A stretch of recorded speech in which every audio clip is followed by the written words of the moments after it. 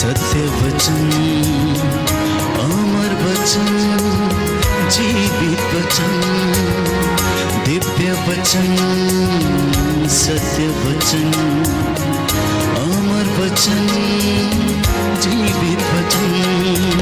साई दा बामा बनी दा बामा बगरे जनी रे जनी रे जनी रे जनी रे सा। दिव्य वचन, सत्य वचन, अमर वचन, जीवित वचन, दिव्य वचन, दिव्य वचन।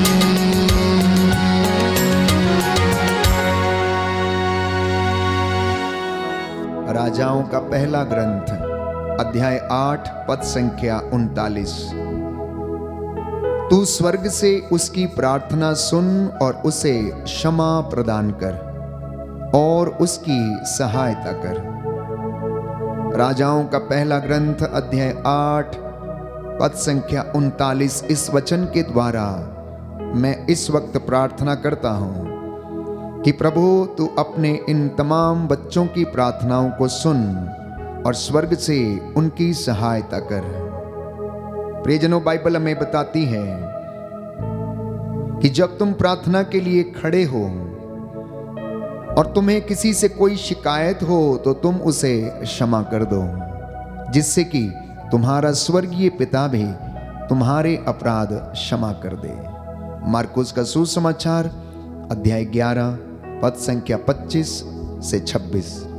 आज यदि आपको किसी से शिकायत है, किसी से झगड़ा हुआ है, तो क्षमा करना प्यारे भाई प्यारी बहन, क्योंकि प्रभु यीशु ने कहा जब तुम प्रार्थना में खड़े होते हो और तुम्हें किसी से कोई शिकायत हो तो सबसे पहले तुम उसे क्षमा कर दो, जिससे कि तुम्हारा स्वर्गीय पिता भी तुम्हारे अपराधों को क्षमा कर दे। लूकस के सुसमाचार अध्याय 6 पद संख्या 37 में प्रभु का वचन कहता है, किसी के विरुद्ध निर्णय न दो और तुम्हारे विरुद्ध भी निर्णय नहीं दिया जाएगा। किसी के विरुद्ध निर्णय न दो और तुम्हारे विरुद्ध भी निर्णय नहीं दिया जाएगा। क्षमा करो और तुम्हें भी क्षमा मिल जाएगी। क्षमा करो और तुम्हें भी क्षमा मिल जाएगी। इन्हीं वचनों के साथ हम प्रार्थना करें। पवित्र आत्मा हमें अनुग्रह के सिंहासन की ओर ले चले। आपका घर उसकी महिमा से भर जाए। वो अपने रहस्यों को आपके ऊपर प्रकट करे।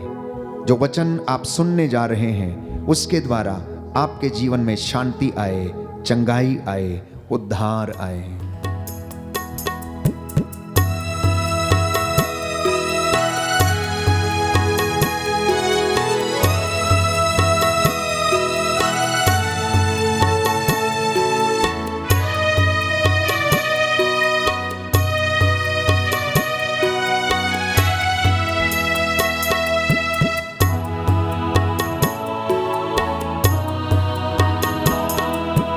पवित्र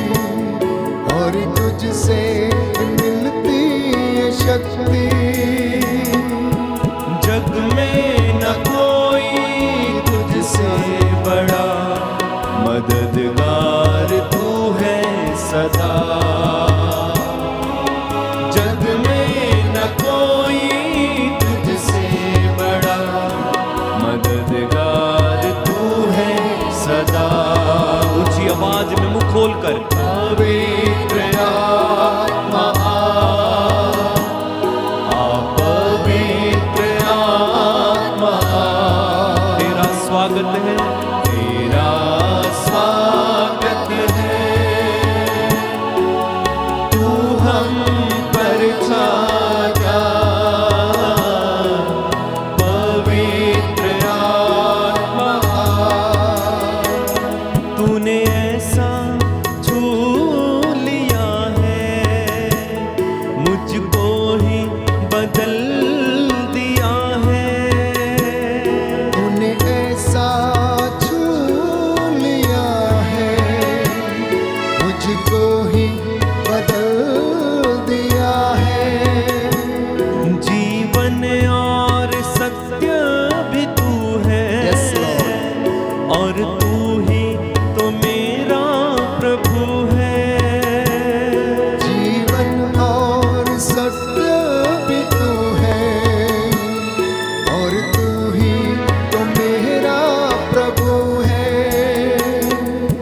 राहों पे अपनी हमको चला, जीवन भर दे मेरा। राहों पे अपनी मुझको चला, जीवन भर दे मेरा। विश्वास अपने के साथ। हाथों को उठा के पवित्र आत्मा आ, पवित्र आत्मा तेरा स्वागत है। तू हम पर छा जा, पवित्र आत्मा आ, पवित्र आत्मा तेरा स्वागत, तेरा स्वागत है। तू हम पर छा जा, तू हम पर छा जा, ओ तू हम पर छा जा। तू हम पर छा जा। हालेलुया।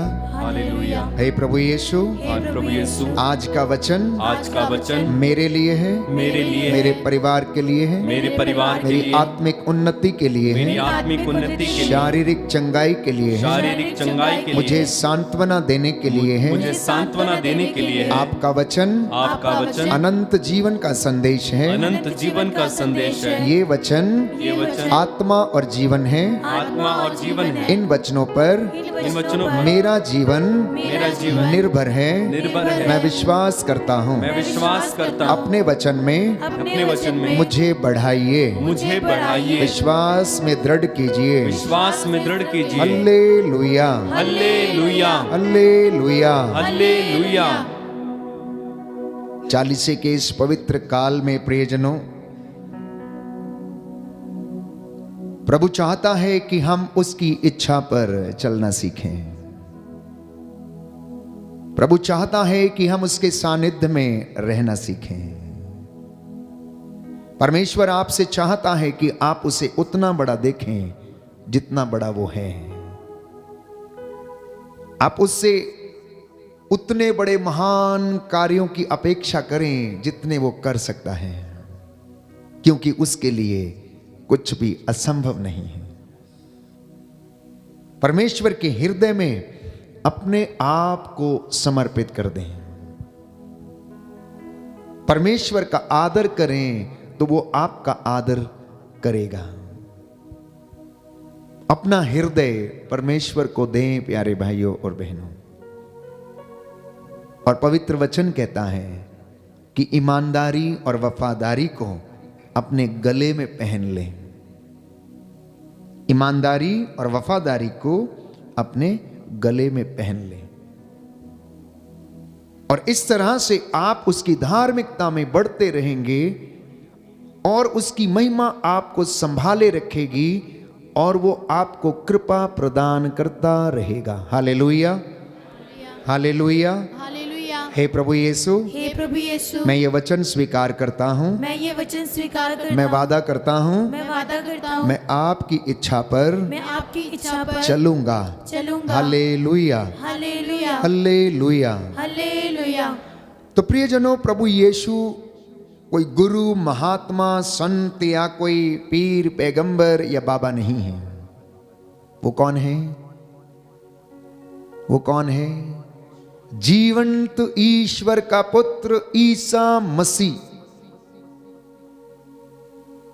जो पवित्र आत्मा के द्वारा माता मरियम के गर्भ में आया, कुमारी मरियम से जन्मा, पोंतुस पिलातुस के शासनकाल में उसने दुख भोगा, इतिहास गवाह है, वह क्रूस पर चढ़ाया गया, वह लिम्बुस में उतरा और ईश्वर ने पवित्र आत्मा के सामर्थ्य से तीसरे दिन उसे धरती के गर्भ से बाहर निकाला और आज वो पिता के दाहिने विराजमान है।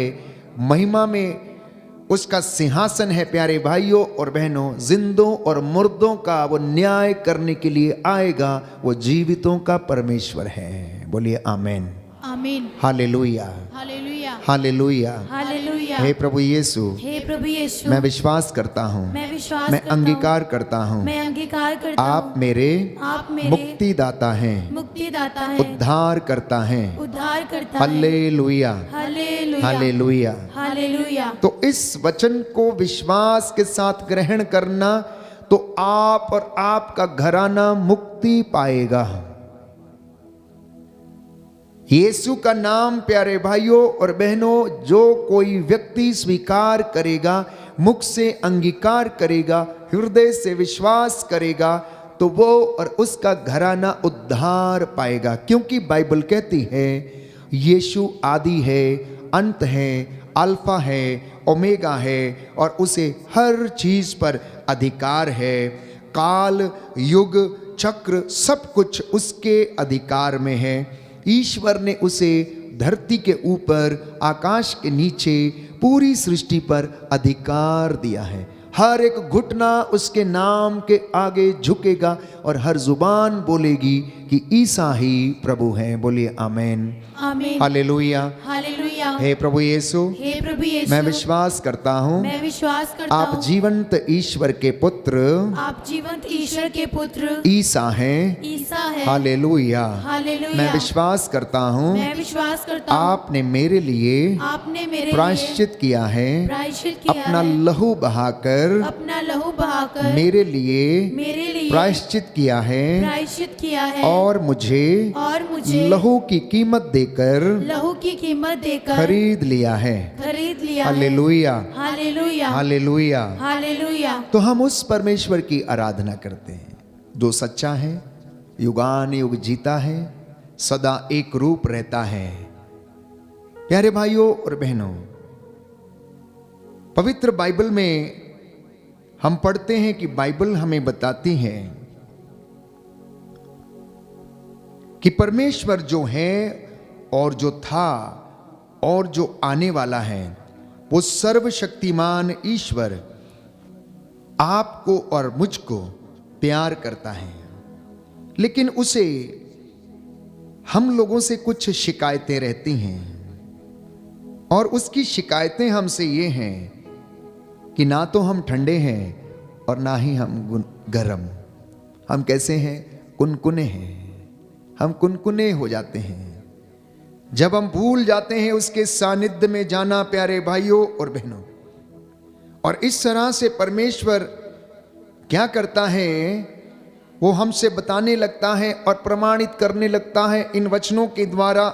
मलाकी का ग्रंथ अध्याय 3 पद संख्या 6 कि मैं प्रभु ईश्वर बदलता नहीं, मैं प्रभु ईश्वर बदलता नहीं।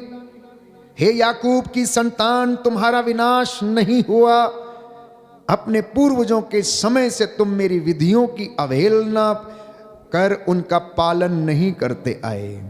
तुम मेरे पास लौट कर आओ तो मैं तुम्हारे पास लौटूंगा। और यह विश्वमंडल के प्रभु की वाणी है। यह विश्वमंडल के प्रभु की वाणी है कि इस पवित्र अवधि में प्रभु के बच्चे उसके पास लौट कर चले आए, जिससे कि वो आपके पास लौटे। इसलिए ये पवित्र समय है, बार बार कलीसिया हमें याद दिलाती है।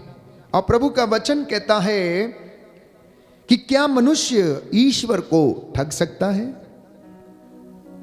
लेकिन फिर भी तुम मुझे ठग रहे हो। तुम फिर पूछोगे कि हम किस प्रकार तुझे ठगते हैं।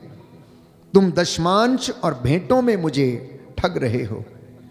तुम पर, हां, तुम्हारे सारे राष्ट्र पर श्राप लगा है, क्योंकि तुम मुझे धोखा देते हो। तुम पूरा दशमांश मेरी और भेंटे भंडार के पास लाओ, जिससे कि मेरे घर में भोजन रहे। विश्वमंडल का प्रभु ये कहता है कि इसमें तुम मुझे परख कर देख लो। मैं अपने बादलों को आज्ञा दूंगा और तुम पर भरपूर वर्षा की आशीष प्रदान करूंगा। मैं तुम्हारे लिए टिड्डियों को भी कड़ी आज्ञा दूंगा कि वे तुम्हारी भूमि की उपज नष्ट ना करें, जिससे कि दाखबारियों की दाखलताएं अच्छे फल देती रहें। विश्वमंडल का प्रभु ये कहता है कि सभी राष्ट्र तुमको धन्य कहेंगे, क्योंकि तुम्हारा देश एक मनोहर देश होगा। हालेलुया, हालेलुया, हालेलुया, हालेलुया। हे प्रभु यीशु, हे प्रभु यीशु, इस वचन के द्वारा इस वचन के द्वारा मेरे घर को शांति प्रदान कीजिए, शांति प्रदान चंगाई कीजिए, प्रदान कीजिए। चंगाई प्रदान कीजिए। हालेलुया, हालेलुया, हालेलुया। हालेलुया। तो इंसान की प्रवृत्ति क्या है? ईश्वर को ठगने की। किन बातों में? चढ़ावों में, सेवा में, दान पुण्य करते समय, दशमांश देते समय, चंदा देते समय, क्योंकि वो स्वार्थ में जीवन जीता है। इसलिए बाइबल कहती है कि इन सभी कार्यों के कारण, तुम्हारी इन सभी बुराइयों के कारण स्वर्ग में तुम्हारी सुनवाई नहीं होती। तुम मुझे परख कर देखो। वो जीवित परमेश्वर आप लोगों से और हमसे ये कहता है कि तुम इन सब बातों में मुझे परखो। अगर मैं झूठा हूं तो उस बात को तुम साबित करो, क्योंकि मैं तुम्हारे पूर्वजों के समय से मैं तुम्हारे साथ उन सभी बातों को करता आया हूं, उन सारी प्रतिज्ञाओं को मैं पूरा करता आया हूं जिनको मैंने करने के लिए वादा किया था। तो प्रभु धर्मियों की प्रतिष्ठा के विषय में कहता है अगले वचन में, अध्याय 3 मलाकी का ग्रंथ, पद संख्या 14, तुम लोगों ने यह कहा, ईश्वर की सेवा करना व्यर्थ है, उसकी आज्ञाओं का पालन करने से और विश्वमंडल के प्रभु के लिए टाट के कपड़े पहनने से क्या लाभ है। कुछ लोगों की धारणा है, क्या फायदा है उपवास करने से, दान पुण्य करने से क्या फायदा है, मंदिर जाने से कुछ नहीं होता, चर्च जाने से कुछ नहीं होता, कुछ नहीं मिलेगा, हमें नहीं जाना, हम घर में रहेंगे, वचन क्यों सुनना है, क्यों जाना है। प्यारे भाइयों और बहनों, बाइबल में परमेश्वर ये सवाल करता है कि तुम लोगों में से कुछ लोगों ने ये कहा कि ईश्वर की सेवा करना व्यर्थ है, उसकी आज्ञाओं का पालन करने से हमें क्या मिलेगा, उसके लिए टाट के कपड़े पहनने से हमारा क्या होगा। हम तो घमंडियों को धन्य समझते हैं जो बुराई करते हैं, वे फलते फूलते हैं। जो ईश्वर की परीक्षा लेते हैं उन्हें कोई हानि नहीं होती। कुछ लोगों की ये सोच है प्यारे भाइयों और बहनों। इसलिए बाइबल ये कहती है कि तब प्रभु भक्तों ने आपस में ये बातें की, प्रभु ने ध्यान देकर उनकी बातचीत सुनी और उसके सामने प्रभु भक्तों और उसके नाम पर श्रद्धा रखने वालों के विषय में एक स्मारिका लिखी गई। विश्वमंडल का प्रभु ये कहता है, जो दिन मैंने निश्चित किया उस दिन वे मेरे अपने होंगे, और जिस तरह कोई अपनी सेवा करने वाले पुत्र पर दया करता है उसी तरह मैं भी उन पर दया करूंगा, मैं भी उन पर दया करूंगा। आज हम देखते हैं कि बुराई करने वाला फलता फूलता है, जो घूस लेता है या फिर अत्याचार करता है, उसके पास पर्याप्त धन है, लेकिन धर्म के मार्ग पर चलने वाला, सत्य के मार्ग पर चलने वाला क्या करता है? दर दर ठोकरें खाता रहता है, कभी भोजन भी नहीं मिलता है, लेकिन अधर्मी फलता फूलता है। प्रभु कहता है कि मैं उचित समय आने पर जो दिन मैंने निश्चित किया है उसके लिए मैं अपने सेवक पर क्या करूंगा? दया करूंगा। तो इसलिए धर्मी व्यक्ति को निराश नहीं होना है, क्योंकि बाइबल कहती है कि परमेश्वर धर्मी की हड्डियों की रक्षा करता है, उसके बैरियों को दंड अवश्य दिया जाएगा। हालांकि बुराई करने वाले के लिए प्रियजनों मार्ग खुला है, वो जितनी मर्जी बुराई करता जाए, लेकिन एक दिन उसका दंड उसे अवश्य भोगना पड़ता है। बाइबल ये कहती है जो दिन मैंने निर्धारित किया है उस दिन मैं अपने पुत्र पर जिस तरह पिता दया करता है वैसे ही दया करूंगा। हालेलुया, हालेलुया, हालेलुया, हालेलुया। यीशु की स्तुति हो, यीशु की स्तुति हो, यीशु को धन्यवाद, यीशु को धन्यवाद। हालेलुया, हालेलुया, हालेलुया, हालेलुया। और आप लोगों से जो वचन आप आज सुन रहे हैं, प्रभु ये कहता है एक एक व्यक्ति का नाम लेकर, किंतु तुम पर जो मुझ पर श्रद्धा रखते हो धर्म के सूर्य का उदय होगा और उसकी किरणें तुम्हें स्वास्थ्य प्रदान करेंगी।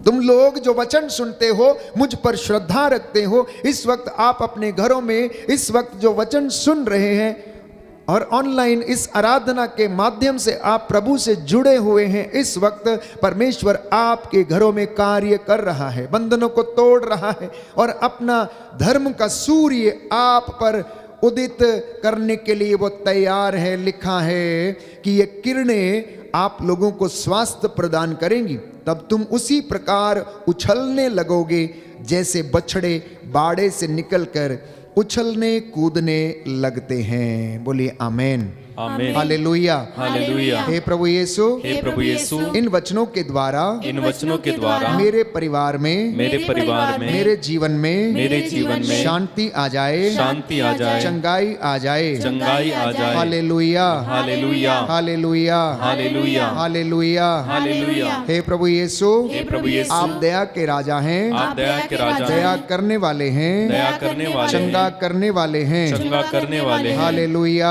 हालेलुया, हालेलुया, हालेलुया। तो आपको अपनी प्रतिज्ञाएं याद दिलाता है, अपने प्रेम को प्रमाणित करने के लिए, आपसे बातें करने के लिए नित्य प्रतिदिन कहता है। विश्वमंडल का प्रभु ये कहता है, तुम्हारे पूर्वजों के दुष्कर्मों से तंग आकर जैसे मैंने तुम्हारा अनिष्ट करने का निश्चय किया था, यह विश्वमंडल के प्रभु की वाणी है, और अपने निश्चय पर मैं अटल रहा, वैसे ही अब मेरा एक दूसरा लक्ष्य है। कहता है, पुरानी व्यवस्था में हम पढ़ते हैं कि प्रभु देर से क्रोध करता है, लेकिन जब क्रोध करता है और जब उसका क्रोध भड़क उठता है तो कोई उसके सामने नहीं टिकता। और परमेश्वर ने, बाइबल कहती, कई मर्तबा ऐसा निर्णय लिया कि मैं इनका सर्वनाश कर दूंगा, और मूसा बार बार जाकर घुटना टेकता और कहता, प्रभु इन्हें क्षमा कर, प्रभु इन्हें क्षमा कर, ये तेरे बच्चे हैं, यदि तू इन्हें क्षमा नहीं करता तो मेरी अपनी पुस्तक से मेरा नाम निकाल दे। अब प्रभु क्रोध के आवेश में ये सब कहता था, लेकिन अब वो कहता है कि एक मेरा दूसरा लक्ष्य है। मलक जकरिया नबी के ग्रंथ में जकरिया के द्वारा उसने इजराइलियों को भविष्यवाणी की कि अब मेरा लक्ष्य तुम्हारे लिए ये है, इस वर्तमान काल में मैं यरूशलेम और यूदा के घराने पर आशीर्वाद बरसा दूंगा, इसलिए तुम मत डरो। मैं यूदा के घराने पर, इज़राइल के घराने पर, आप जो चुनी हुई प्रजा हैं, एक एक के परिवार पर कहता है मैं आशीर्वाद बरसा दूंगा, तुम डरना नहीं, मैं तुम्हारे साथ हूं, लेकिन इसके लिए तुम्हें कुछ बातों को करने की आवश्यकता है। अगला वचन यदि आप पढ़ेंगे, जकरिया नबी का ग्रंथ अध्याय 8 पद संख्या 16, book of Zechariah chapter 8 verse 16। तुम्हारे ये कर्तव्य हैं। कौन कौन से कर्तव्य हैं? एक दूसरे से सत्य बोलना, एक दूसरे से सत्य बोलना, तुम्हारे न्यायालयों के निर्णयों से शांति की स्थापना हो जाए,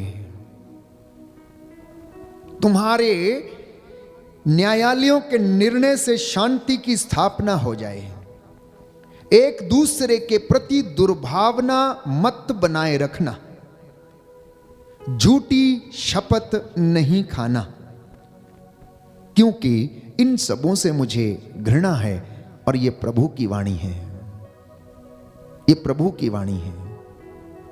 प्रभु की वाणी को स्वीकार करना और कहता है तब मेरा दूसरा लक्ष्य जो मैंने तुम्हारे लिए निर्धारित किया है उसे मैं पूरा करूंगा, और वो लक्ष्य है कि इस वर्तमान काल में मैं यरूशलेम और यूदा के घराने पर आशीषों की वर्षा करता रहूंगा, करता रहूंगा, करता रहूंगा।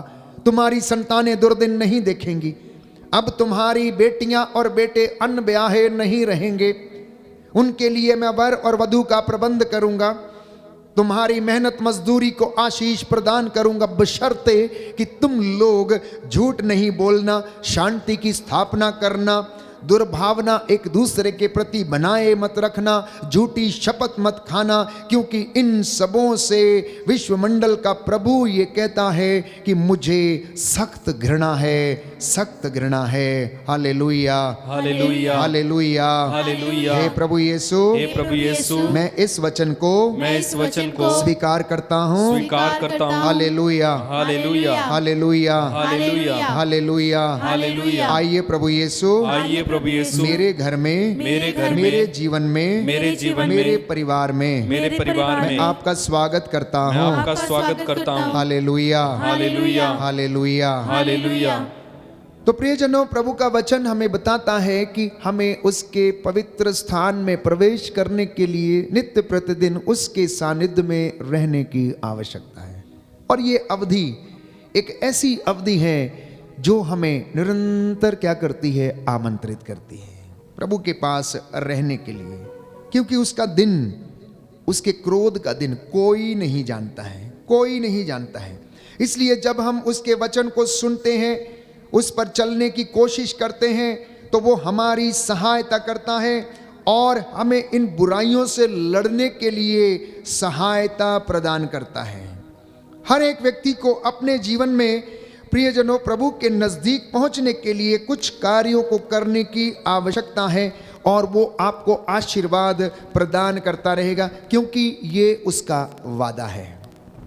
निर्गमन ग्रंथ अध्याय 23 पद संख्या 25 बहुत ही सुंदर वचन है, जिसे हम बार बार पढ़ते हैं कि तुम अपने प्रभु ईश्वर की सेवा करोगे और वो तुम्हारे अन्न जल को आशीष प्रदान करेगा और बीमारियां तुमसे दूर रखेगा।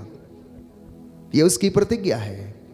लेकिन इसके लिए हमें अपने कर्तव्यों को करने की आवश्यकता है। दाहिना हाथ उठाकर इस वचन को अंगीकार करेंगे। निर्गमन ग्रंथ अध्याय 23 पद संख्या 25 तुम अपने प्रभु ईश्वर की सेवा करोगे और वह तुम्हारे अन्न जल को आशीर्वाद देगा और बीमारियां तुमसे दूर रखेगा। हालेलुया, हालेलुया, प्रभु कहता है तुम्हारे देश में कोई गर्भपात नहीं होगा, ना कोई बांझ रहेगी, मैं तुम्हारी आयु के दिन बढ़ाऊंगा। हालेलुया, हालेलुया, हालेलुया। इतनी सुंदर बात है पवित्रता में बढ़ने की, आध्यात्मिक जीवन में उन्नति करने की, ईश्वर की बरकतों को महसूस करने की। कई लोग कहते हैं हमारा तो भाग्य फूटा है, ईश्वर हम पर दया नहीं करता है, वो हमसे दूर चला गया है, हमारा अपराध बोध हमें खाए जाता है। फादर जी हम क्या करें, हम तो बर्बाद हो गए हैं, अब तो ईश्वर भी हमारी नहीं सुनता है। प्यारे भाइयों और बहनों, आज एक सवाल अपने आप से पूछना कि क्या आप ईश्वर की बातों को सुनते हैं? एक सवाल अपने आप से पूछना कि क्या आप उसकी आज्ञाओं का पालन करते हैं? एक सवाल अपने आप से पूछना प्रभु यीशु की उपस्थिति में कि क्या आप उसके मनोभावों को धारण करते हैं? एक सवाल अपने आप से पूछना कि क्या आप सच्चे विश्वासी हैं या नहीं। यदि आप सच्चे विश्वासी होंगे तो आप इन चीजों को प्यारे भाइयों और बहनों, वैसा देखेंगे जैसा परमेश्वर आपको चाहता है कि आप देखें। यदि आप सच्चे विश्वासी हैं तो आपके लिए हर चीज परमेश्वर की ओर से आशीषें लेकर आएगी, यदि आप उसे विश्वास के साथ ग्रहण करेंगे। तो निर्गमन ग्रंथ अध्याय 23 पद संख्या 22, यदि तुम मेरी बातें मानोगे, यदि तुम मेरी बातें मानोगे तो मैं तुम्हारे शत्रुओं का शत्रु और तुम्हारे विरोधियों का विरोधी बनूंगा। यदि तुम मेरी बातें मानोगे तो मैं तुम्हारे विरोधियों का विरोधी और तुम्हारे शत्रुओं का शत्रु बनूंगा। मेरा दूत तुम्हारे आगे आगे चलेगा, मैं तुम्हारे आगे बर्रे भेजूंगा जो हिव्वियों को, कनानियों को और हित्तियों को तुम्हारे सामने से भगा देंगे।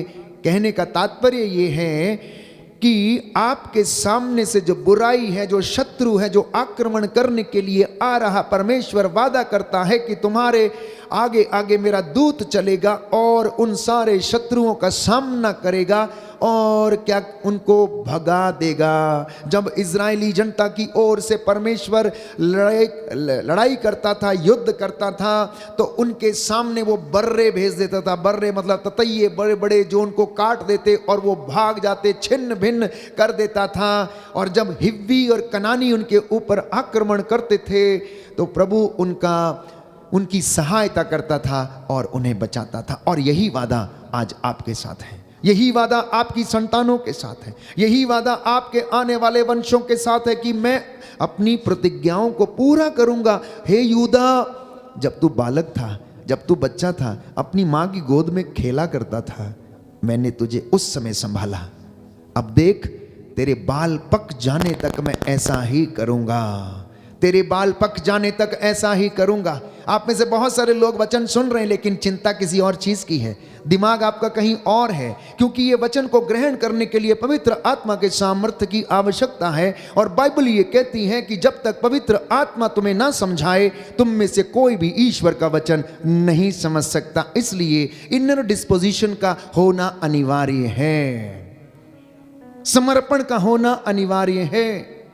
अपने आप को जब तक आप समर्पित नहीं करेंगे, शांत नहीं करेंगे, चिंताओं से आप मुक्त नहीं होंगे, तो आप समुद्र की लहरों के समान हो जाएंगे, जो उठती हैं बैठती हैं, उठती हैं बैठती हैं, और जीवन इसी तरह डोलता रहेगा। जीवन की नैया इसी तरह से डोलती रहेगी। याद रखिए, इस पाप रूपी संसार में आपके जीवन की नैया को संभाल के रखना प्यारे भाइयों और बहनों। आपका ये डोंगा, एक परिवार जिस पे मम्मी पापा और उनके 1 या 2 या 3 बच्चे सवार हैं, आप इसको बचाना। दुनिया को बचाने से पहले अपने घर को बचाना। यदि मम्मी पापा ने अपना घर नहीं बचाया और दुनिया में बहुत सारे लोगों को बचा लिया तो आपने कुछ भी नहीं बचाया। यदि आपने बहुत सारा पैसा जमा किया, घर आपने मकान बना लिया, लेकिन बच्चों को नहीं बचाया तो आपने कुछ भी नहीं बचाया। परमेश्वर चाहता है कि सबसे पहले आपके परिवारों का उद्धार हो, क्योंकि मुक्ति उसने परिवारों से आरंभ की। तो मम्मी पापा, अपने कर्तव्यों को आप समझिए, अपने कर्तव्यों को समझिए। बुजुर्ग अपने कर्तव्यों को समझें, नवयुवक युवतियां अपने कर्तव्यों को समझें, परमेश्वर के साथ ईमानदारी से पेश आएं, अपनी नौकरी में, अपने पेशे में, अपने कामकाज में। और कहता, तुम मेरी बातों को मानो, तब देखो मैं तुम्हारे शत्रुओं का शत्रु, विरोधियों का विरोधी बन जाऊंगा। निर्गमन ग्रंथ अध्याय 25 पद संख्या 8, लोग मेरे लिए एक पवित्र स्थान बनाएं और मैं उनके बीच में निवास करूंगा। परमेश्वर ने अपने दास से कहा कि इजराइलियों से कहो कि ये लोग मेरे लिए एक पवित्र स्थान बनाएं और मैं उनके बीच में निवास करूंगा।